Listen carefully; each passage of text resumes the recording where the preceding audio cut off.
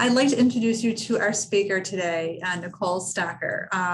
Nicole Stocker is a museum educator at the Bonner Heritage Farm, which is part of the Lake County Forest Preserve.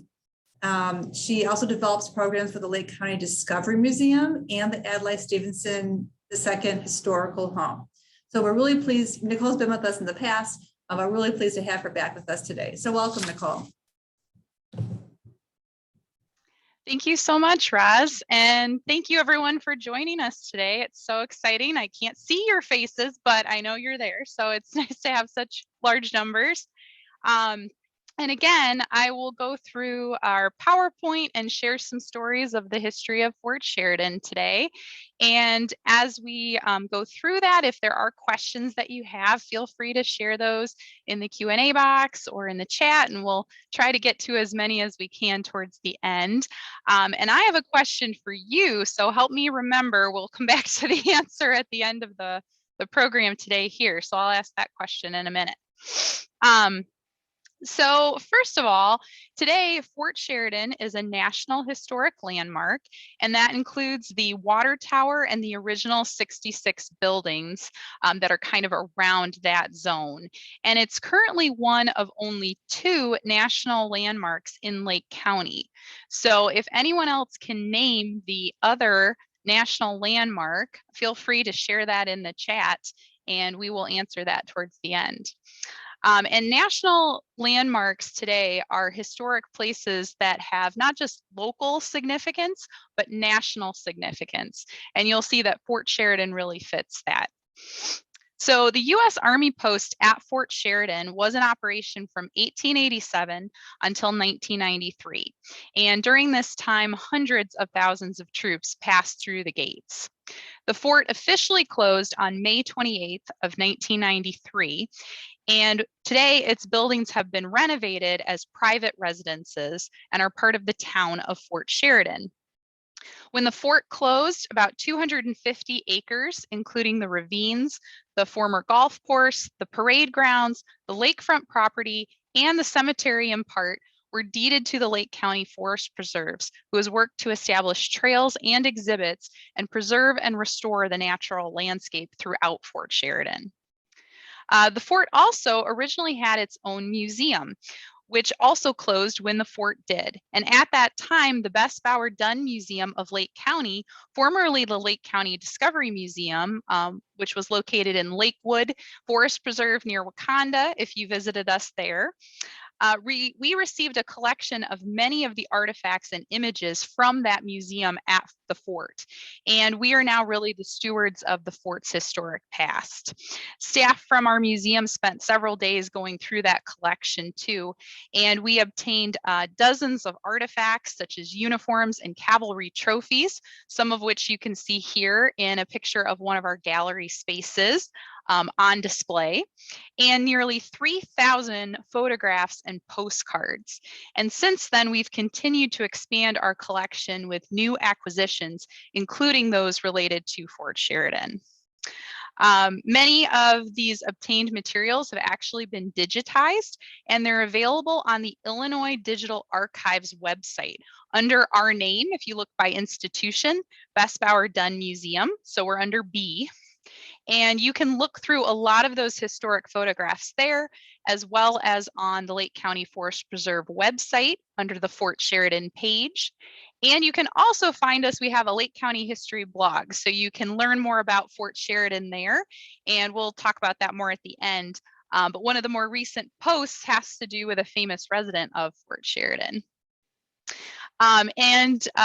We have some other ways you can interact with it too, so I'll talk about those more at the end. But how did we get a military base here in Lake County?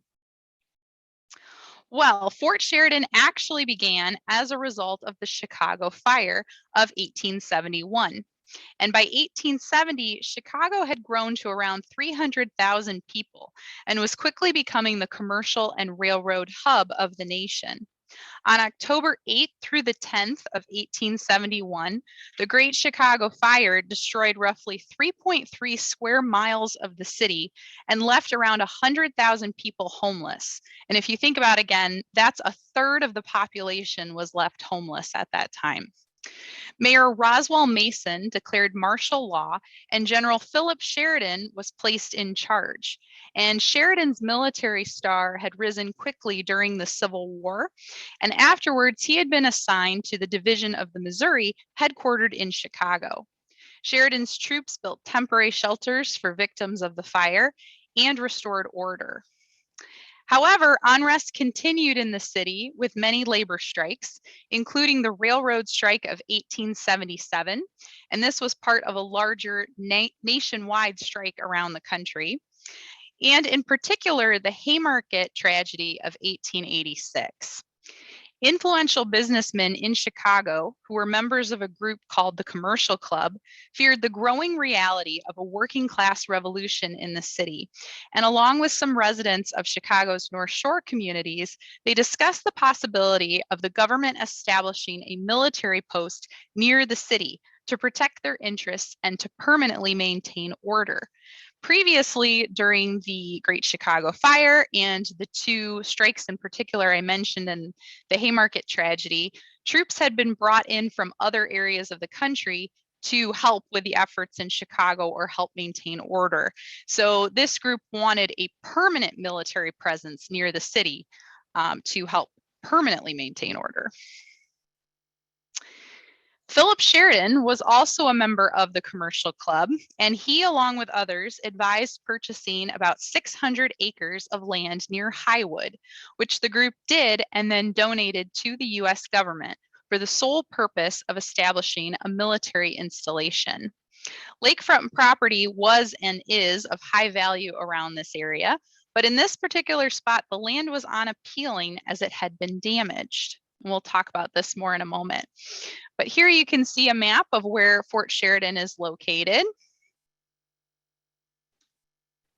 And here we can see some of the cliffs and bluffs at Fort Sheridan.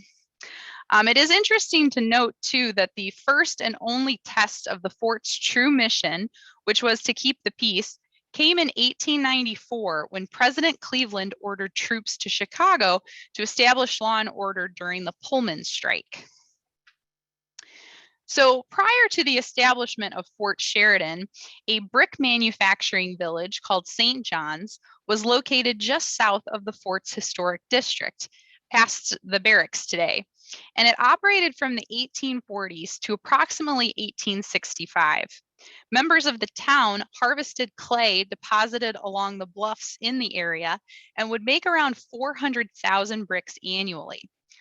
Local lore claims this village washed away into Lake Michigan, like some modern day Atlantis, as there aren't any remnants of the town today.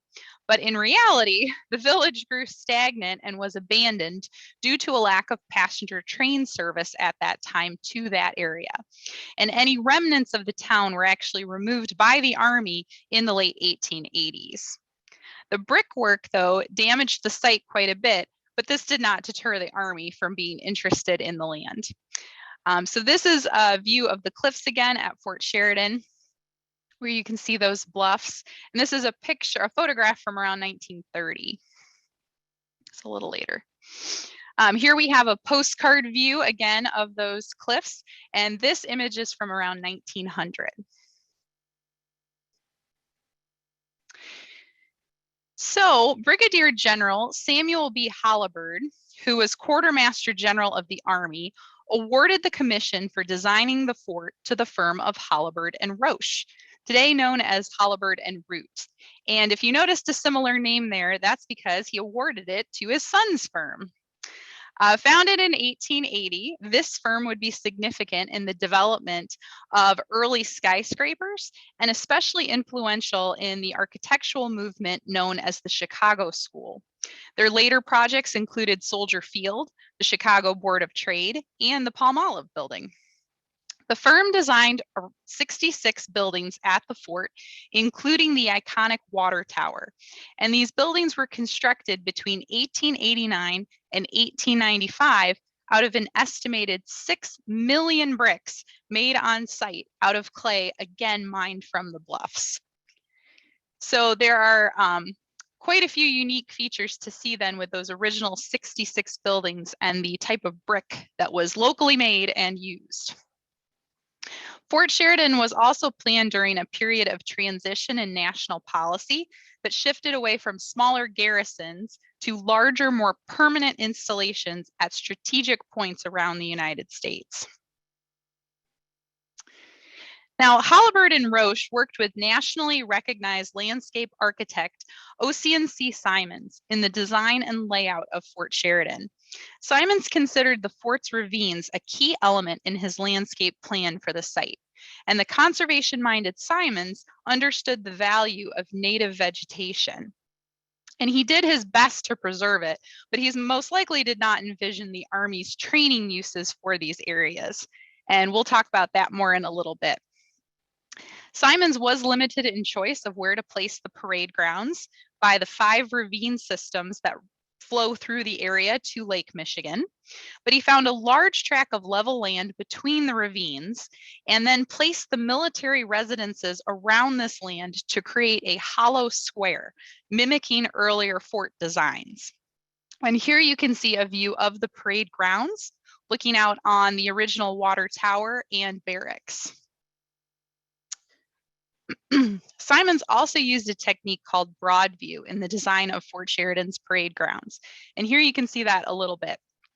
In the design, irregular masses of trees and shrubs were used to create an indefinite border that makes the open space of the parade grounds seem to extend beyond its boundaries.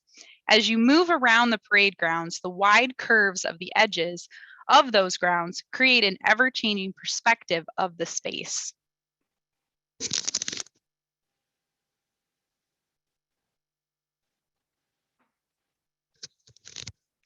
The water tower was constructed in 1891, and it's the first building on site to be designated a National Historic Landmark in 1984. The tower served not only as a focal point for the fort, but also as an elevated water storage tank to house the base's water supply and provide water pressure. Originally, the tower stood at a height of 227 feet, which at the time made it the tallest building in the surrounding area. Taller than any building in Chicago at that time, if you can imagine that. You can imagine then too, driving north from the city, and as you traveled across mainly farmland and tall grass prairie, you would see this giant tower in the distance as you approach the fort. And originally, Sheridan Road actually ran right underneath the water tower. So you would go right below it here, as you can see the little tunnel in the picture towards the left.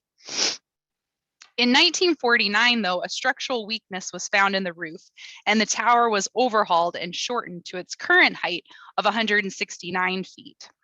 The shape of the top of the tower was also changed, as you can see in the 2 pictures here. So rather than have to knock it down, they were able to save it, but they did have to change and modify the top of the water tower. And Sheridan Road did go through again until about World War I, where the Army realized it was probably not a great idea to have the general public drive on the road right through the base. So they moved Sheridan Road outside of the gates of the fort. So, and again, here we can see a nice view of those parade grounds and the water tower. Now, I want to bring this up because this handwritten cookbook was made and used by Mary Ethel Crofton, who wrote on the first page, Mary Ethel Crofton, Fort Sheridan, Illinois, November 1895. And Mary was the daughter of Gabrielle Josephine Shubrick Crofton and Colonel Robert Erskine Anderson Crofton, who was colonel of the 15th Infantry and commander of troops at Fort Sheridan from January of 1891 until October of 1896. And he assumed command at the fort and directed troops during the Pullman strike in Chicago that I mentioned before. Again, the only test of the fort's true mission. And this cookbook is a more recent addition to the Dunn Museum's collection, donated in 2019.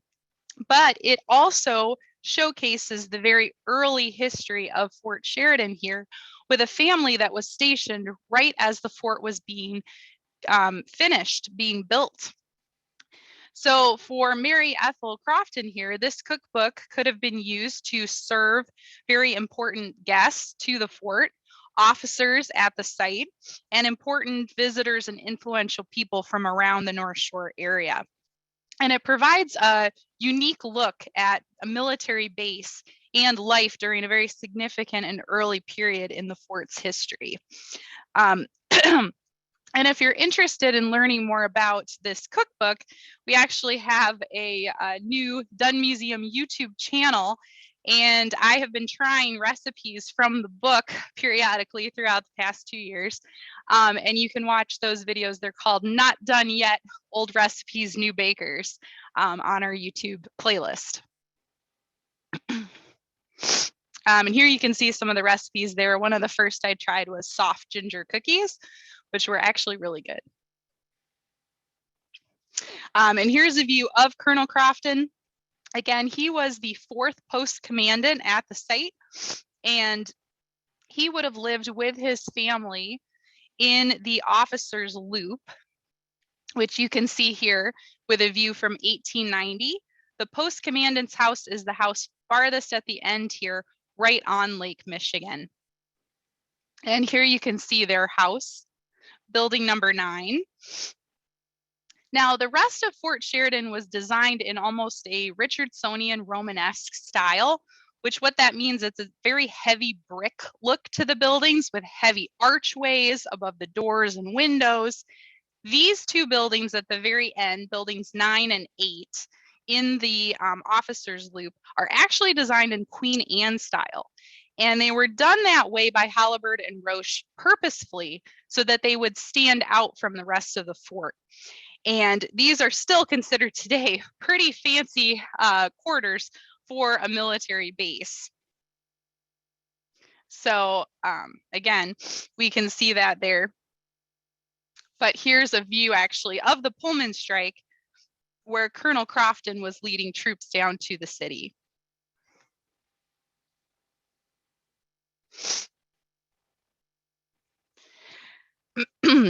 And sadly, on that note, with the Crofton family here, the wife and mother, Gabrielle, actually passed away while they were stationed at Fort Sheridan of apoplexy.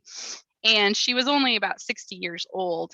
And so with her death then, her daughters would have become the hostess or hostesses of the post commandant's quarters for the remaining roughly 1.5 years that Colonel Crofton was the post commandant at the site. Okay. So the post quickly became a cavalry base in many ways, and we'll come back to that idea too.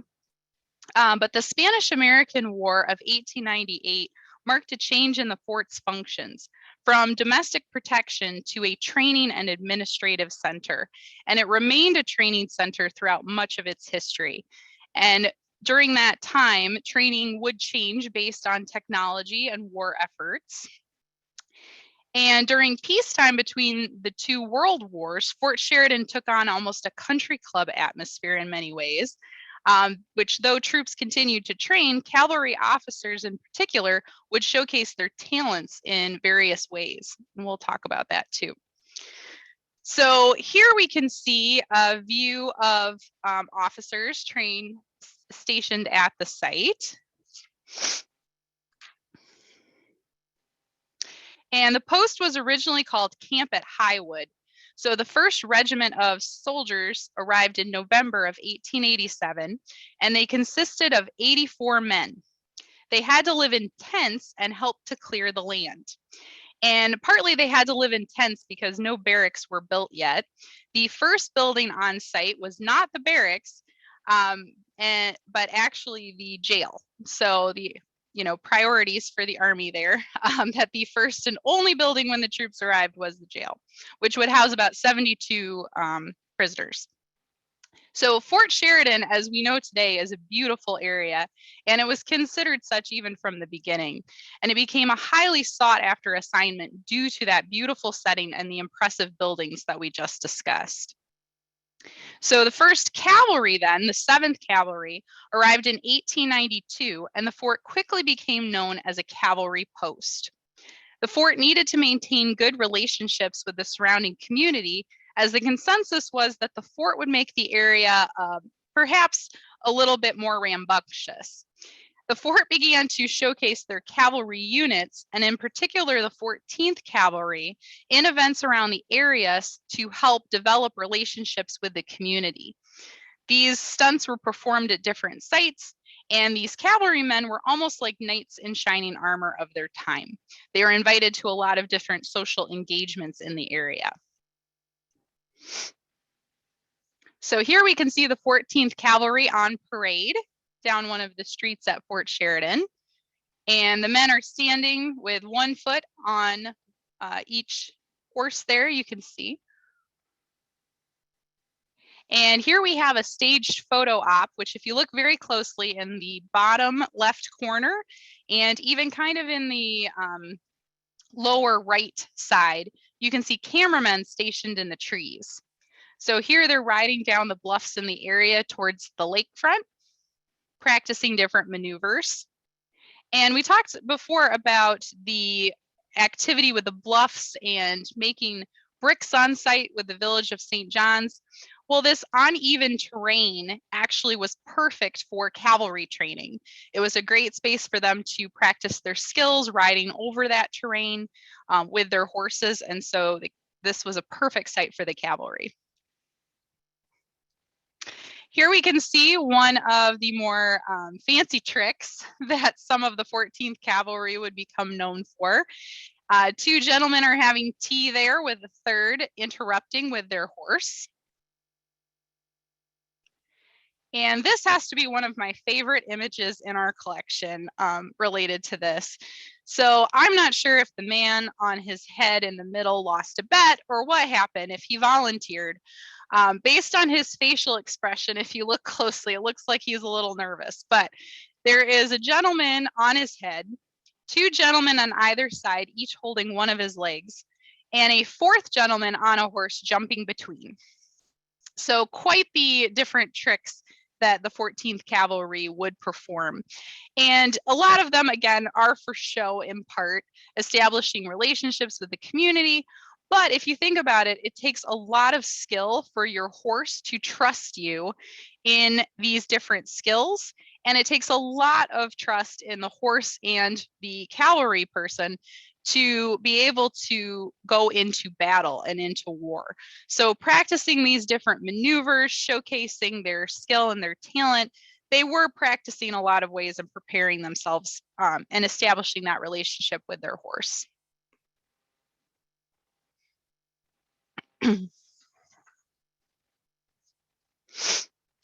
So back to some of the other training.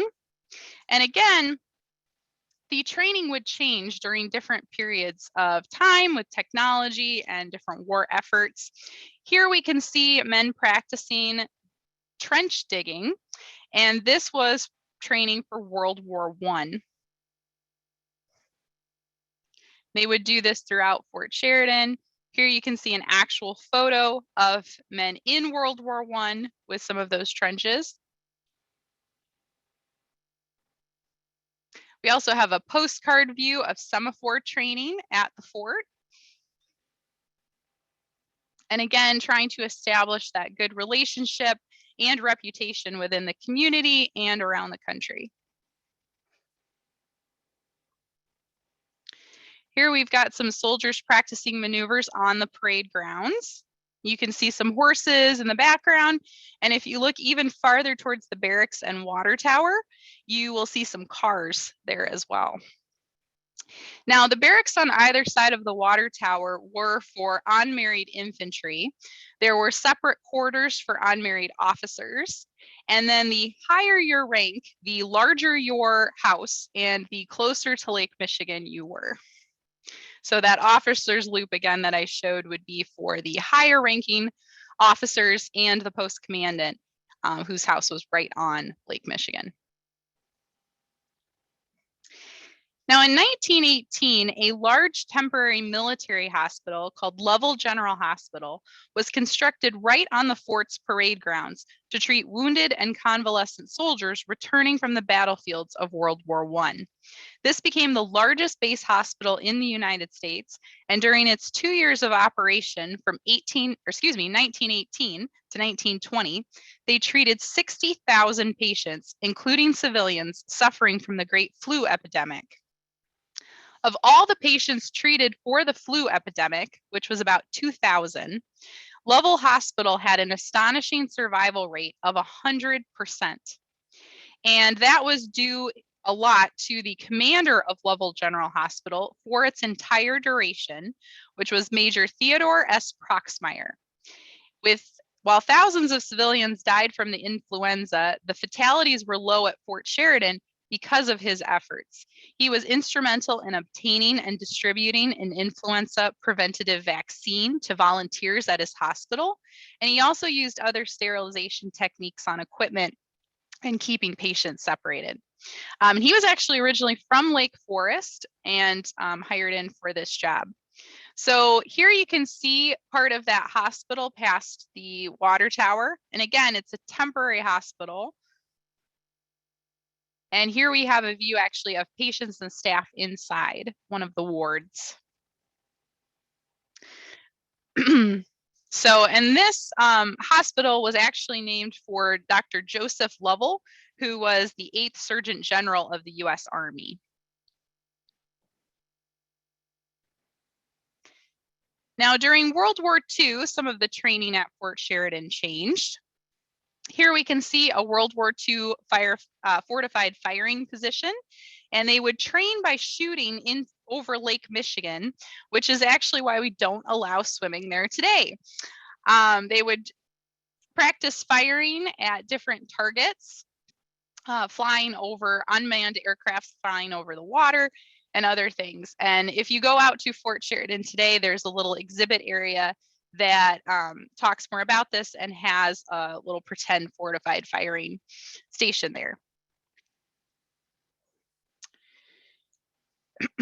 Now, the Women's Army Corps began as the Women's Army Auxiliary Corps in 1942, and this was created in response to the war effort facing an acute manpower shortage at the beginning. In December of 1942, Fort Sheridan became the second post to receive a WAAC unit, and the women worked as clerks, truck drivers, mechanics, laboratory assistants, and sold war bonds. In 1943, they were joined by one of the first African American units assigned to Fort Sheridan. In July of 1943, the Women's Army Auxiliary Corps were granted full military status as the Women's Army Corps, or WACS. And this change allowed women to serve in the Army, enabling them to receive full benefits if wounded and to serve overseas. Over 150,000 American women served in the WACS during World War II, and they disbanded in 1978, and all members were fully integrated into the U.S. Army. So here we can see a postcard of some of the WACS. It says in the corner there, a Jeep full of WACS.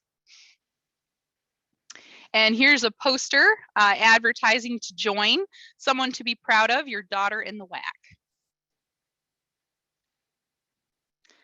Some other photograph views of WACs on site at Fort Sheridan, seated at the counter.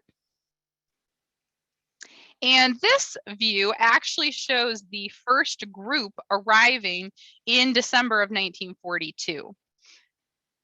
And we actually at the Dunn Museum know who some of these women were and have some records and uniforms for them. We recently had an exhibit called Women in the Military, which did focus on this in part. And we just want to highlight a couple here. So Mary Jane Lett Lucas was born in Bertrand, Missouri, and she was the first woman in her area to enlist in the newly created Women's Auxiliary Army Corps in 1942. She trained at Fort Des Moines, Iowa, and then in December of 1942, she was part of that first group that arrived at Fort Sheridan. And in fact, she's right here in the picture kind of in the center with the duffel on her back.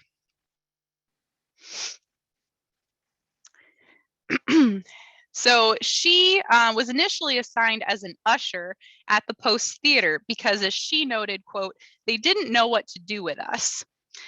Then she became a laboratory assistant at the Army Sixth Service Command Medical Laboratory located at the site. And in the laboratory, she, along with others, checked in thousands of food and water samples, which were then tested for purity. When they were given official active duty status, she chose to remain and served as a WAC until the end of the war. She was taught how to chauffeur and drive officers around, assisted at the post's, again, medical laboratory, and tasked with selling war bonds at regional events. And after, she then took a job at Fort Sheridan more permanently, where she met her husband at the Non-Commissioned Officers Club. And they married in 1947 and settled in Grays Lake. So here you can see her in the picture on the left, she's at the bottom right corner kneeling. And then in the picture with the wax in the Jeep there, she is in the center.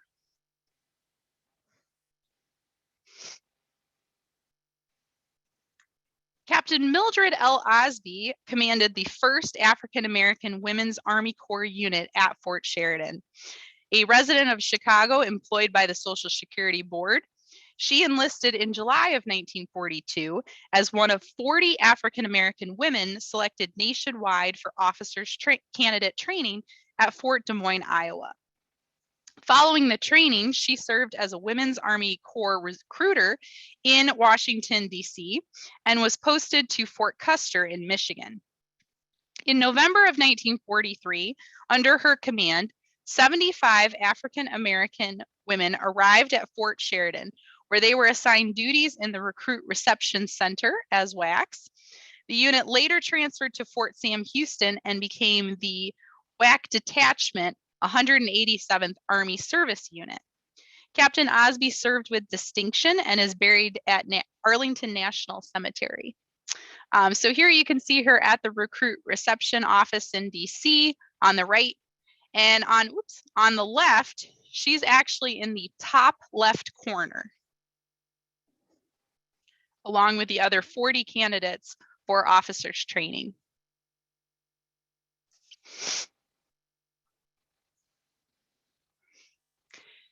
Now, also during World War II, Fort Sheridan assumed administrative control of prisoner of war camps in Illinois, Michigan, and Wisconsin. And Fort Sheridan also had a POW camp at the south end. The POWs were kept in barracks, which forced some of the U.S. Army stationed there to have to camp out in tents. And here you can see them near their barracks. Today, there are actually 9 German POWs buried in Fort Sheridan Cemetery. And they did not pass away while they were POWs at the fort, but returned later on.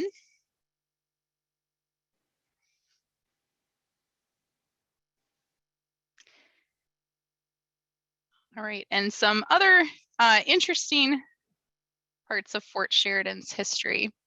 So a unique and more complicated side of Fort Sheridan's history is the fact that in 1890, after decades of conflict between settlers and the native people in the West, and the tragedy of Wounded Knee in South Dakota, a group of 19 Sioux Warriors were escorted to Fort Sheridan with the idea that the newly constructed fort, an impressive barracks and water tower, would impress on them the strength of the U.S. military.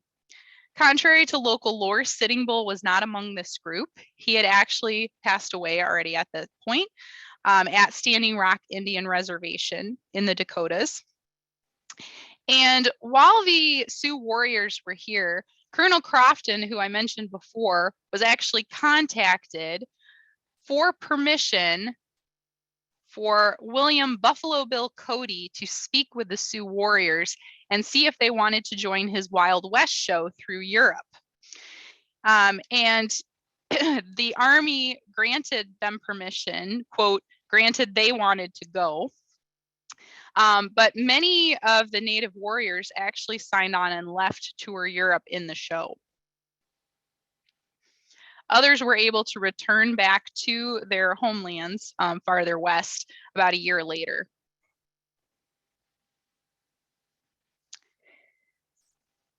Some of you might recognize this person. George Patton lived on the north side of duplex building number 92 from 1909 to 1911. And after graduating from West Point, his first assignment was as a lieutenant colonel with the 15th Cavalry at Fort Sheridan.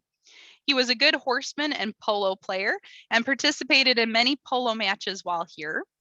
While stationed at the fort, he gained a reputation for himself as he would dress in full dress uniform for dinner every night, which not many others did.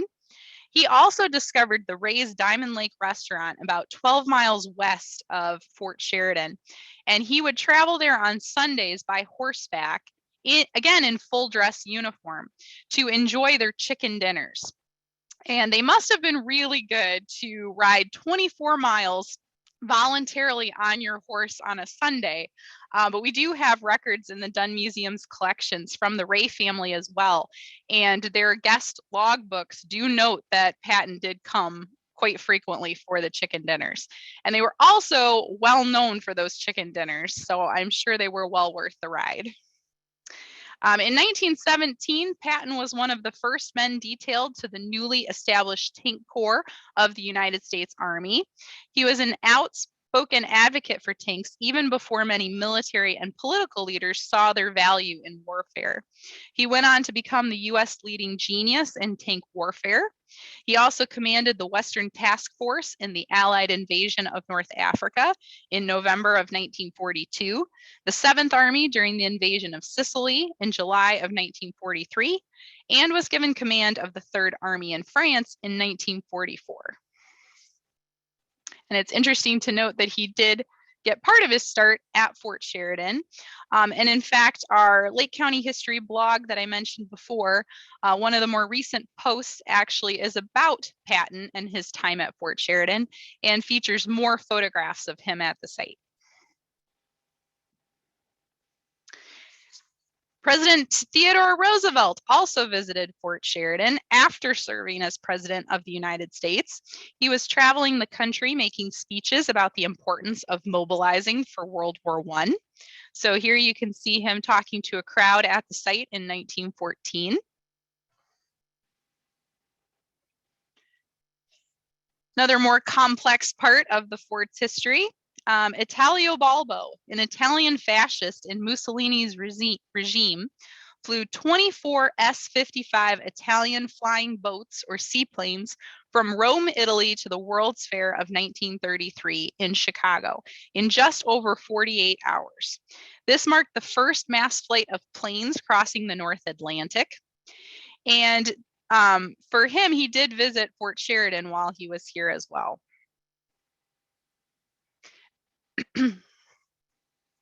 General Eisenhower his son was also stationed at Fort Sheridan, and Major John Eisenhower. And General Eisenhower came and visited the site in 1952, just prior to becoming president. And what's interesting to think is that in 1952, he was facing Democratic candidate Adlai Stevenson, whose house is actually maybe 15 minutes away from Fort Sheridan. So whether they were in the area at the same time there right before the elections, we're not sure, but interesting if they crossed paths locally. Well, during the Cold War, training at Fort Sheridan changed once again. And here you can see some of the soldiers learning Russian language and dress. The threat of air attack by the Soviet Union prompted the United States to build Nike air defense systems around the country. We'll come back to that one. Around its cities, military installations, and industries. And the Chicago area actually had 23 Nike missile bases, including Fort Sheridan. From 1953 to the early 1970s, all Nike systems in the upper Midwest were supplied and underwent service maintenance at Fort Sheridan. And here you can see them doing some of the checks. In 1974, all were inactivated for the Chicago area, and they have since, I believe, all been filled in. And let's go back because there's one picture I skipped here. Here you can see a nice aerial view of the cemetery that I mentioned before too, shaped kind of like a sun in the top left corner.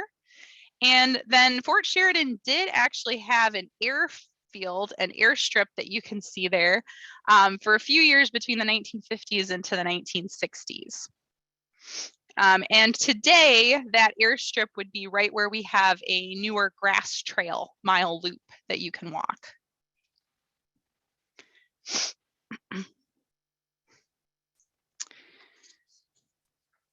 So here we've got a nice view of the Officers Club at Fort Sheridan too.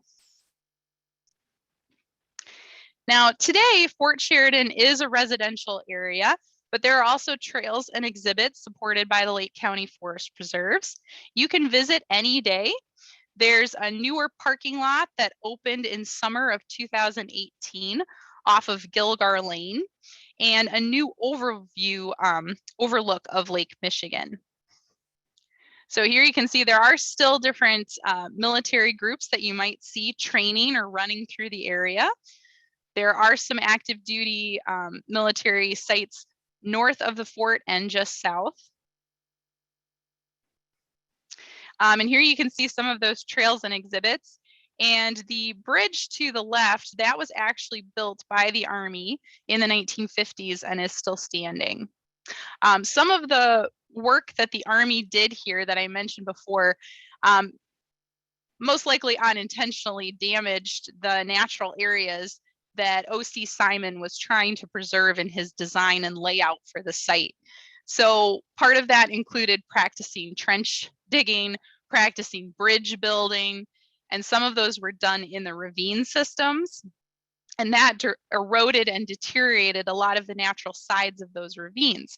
So part of the work of the Lake County Forest Preserves has been to restore and preserve those ravine systems by taking out different materials like pipes or plumbing and things, different man-made materials, and then also putting back in native species. With their deeper root systems, those types of plants are able to hold up and preserve the sides of the ravines so that we can maintain that natural drainage system to Lake Michigan. And those ravines are left over from the glacier that covered our area during the last ice age. And as it melted and retreated out of this area, it did leave a lot of impacts on our area, including these ravine systems. So here we can see another view of those and the restoration efforts.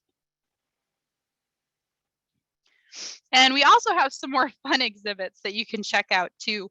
We do have a rather large recreation of a red-tailed hawk's nest, and you can go inside and see exhibits about some of the larger birds that pass through this area as a flyway traveling north or south using Lake Michigan. You can also identify some that might be in the area at different times of years, and sit on these giant eggs if you would so like. There's also two viewfinders that look like heads, and you can try your skill at seeing as a red-tailed hawk sees with its excellent eyesight. And there are metal squirrels that are actually in the trees around that area, and you can try to find the squirrels through those metal viewers. Here you can see some of the trails at the site today. So again, coming off of Sheridan Road, if you can see my cursor, you come into the main entrance to Fort Sheridan, and that takes you to Leonard Wood Drive. You can drive the circle of the parade grounds if you so like. The water tower's here towards the south end. But if you turn onto Gilgar Lane down here, it takes you to a newer parking lot, and you have access to many different trail systems, including a newer grass trail here, little over a mile loop that was opened in summer of 2019. And this is a neat loop. You can access it from this parking lot off Gilgar Lane. You can also access it off a separate entrance up here, little north of the main gates, that takes you to the cemetery and a parking lot. And you can walk the cemetery today as well. Here's that newer lake overview, overlook that you can also walk to. It's a little easier to see the lake from here, but you can access the lake and go right down to the water too. It's just kind of a steep hill that takes you down to that. So, and here you can see an overview again of kind of that lakefront area. Oops. Now, coming back to the naming of Fort Sheridan,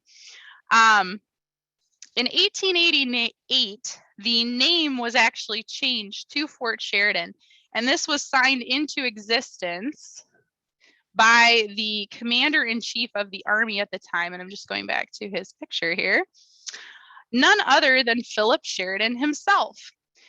So in a way, Philip Sheridan holds some distinctions. He is the only living person to have a fort named for him. That is not usually the case. And he's also the only person to sign that name into existence as the commander-in-chief of the Army at that time. So in a way, he did name the fort for himself.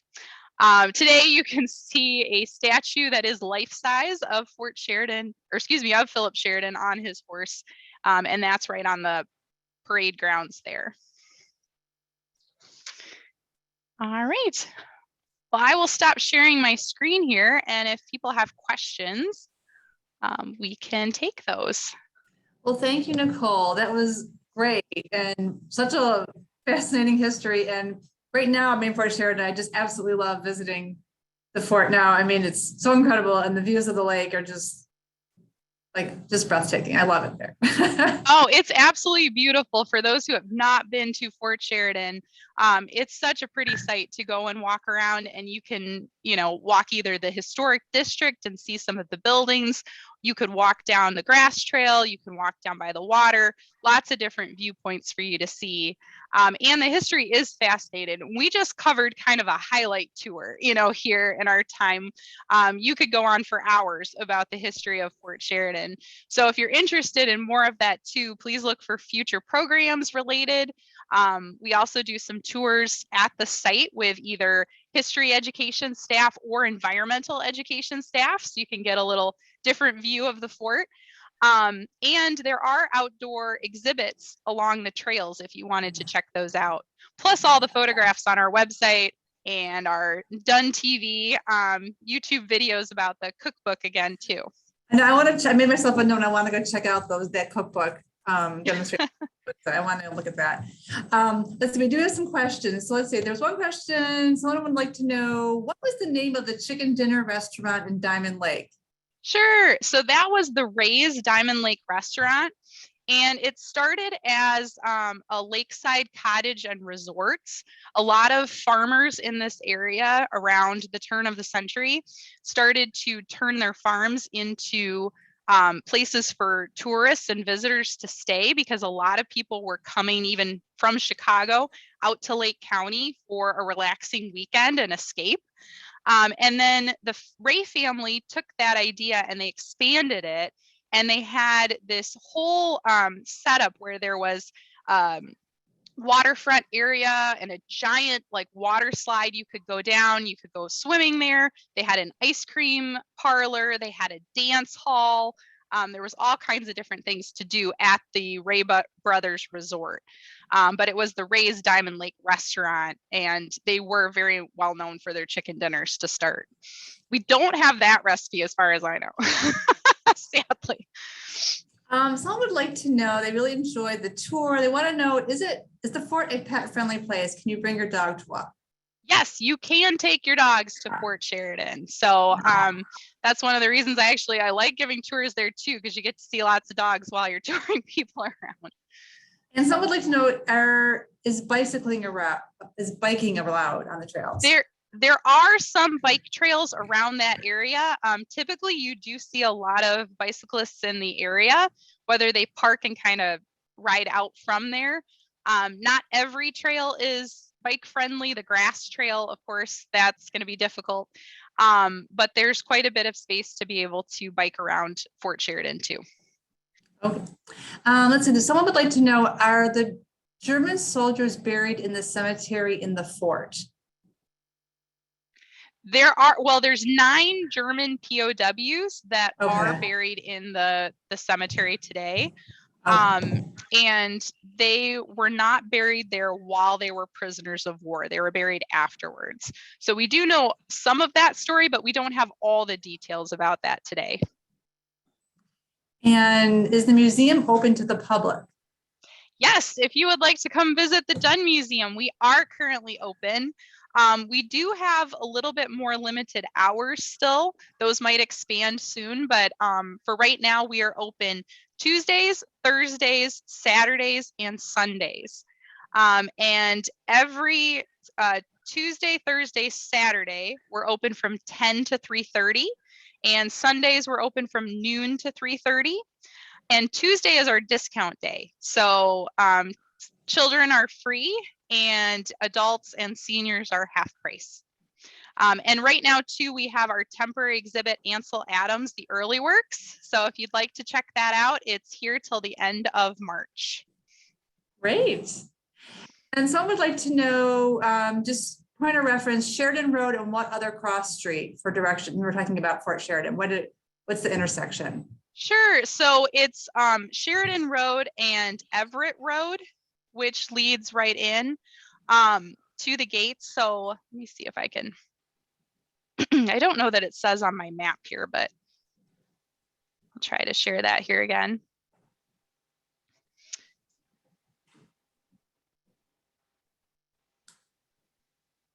Get to the right slide. There we go. So here you can kind of see the gates of Fort Sheridan, but yeah, that doesn't show the side street. So Everett Road leads right into that. And I did mention, I think some people actually answered it here too, that there are 2 National Historic Landmarks in Lake County. And I think some people in the chat actually got it. The other one is the Adelaide Stevenson House.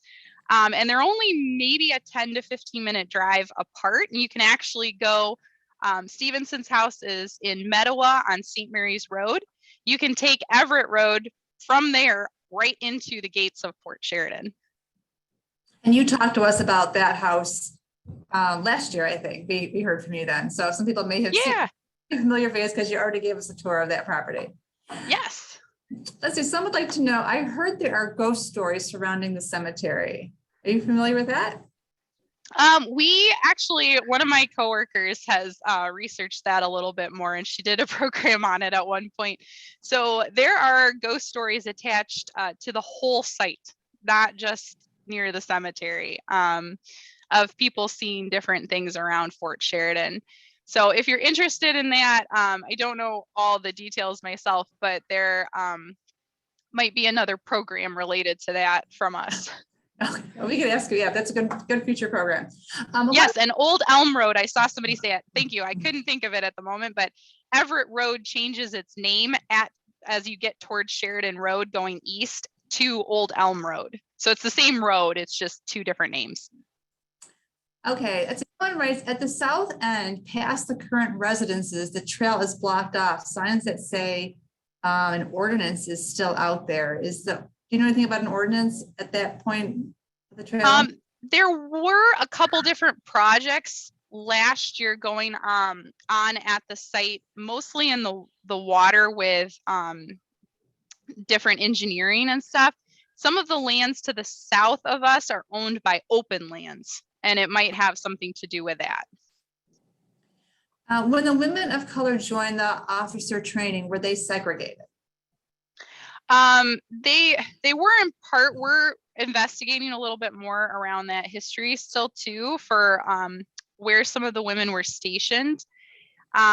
For the women at Fort Sheridan, they were for the most part actually stationed at Fort Sheridan.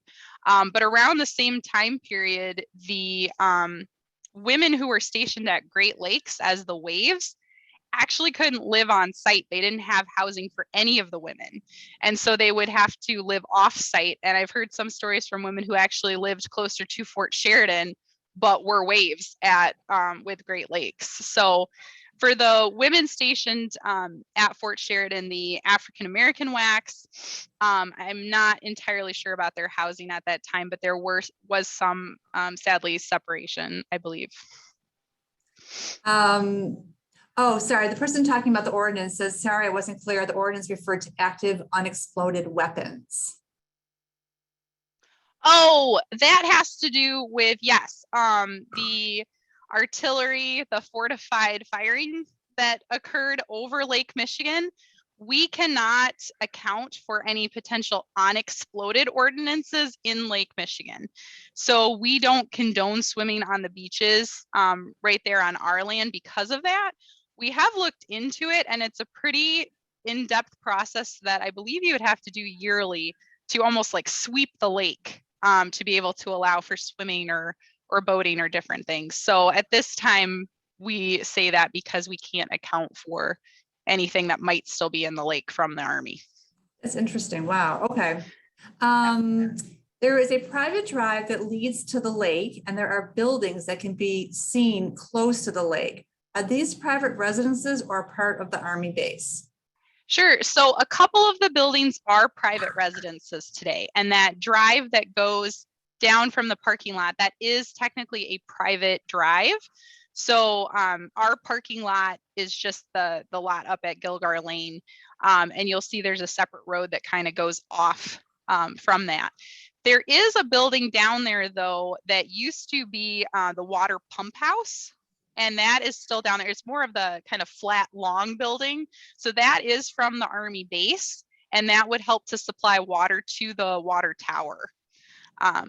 Not functioning today, but so that isn't a private residence, but.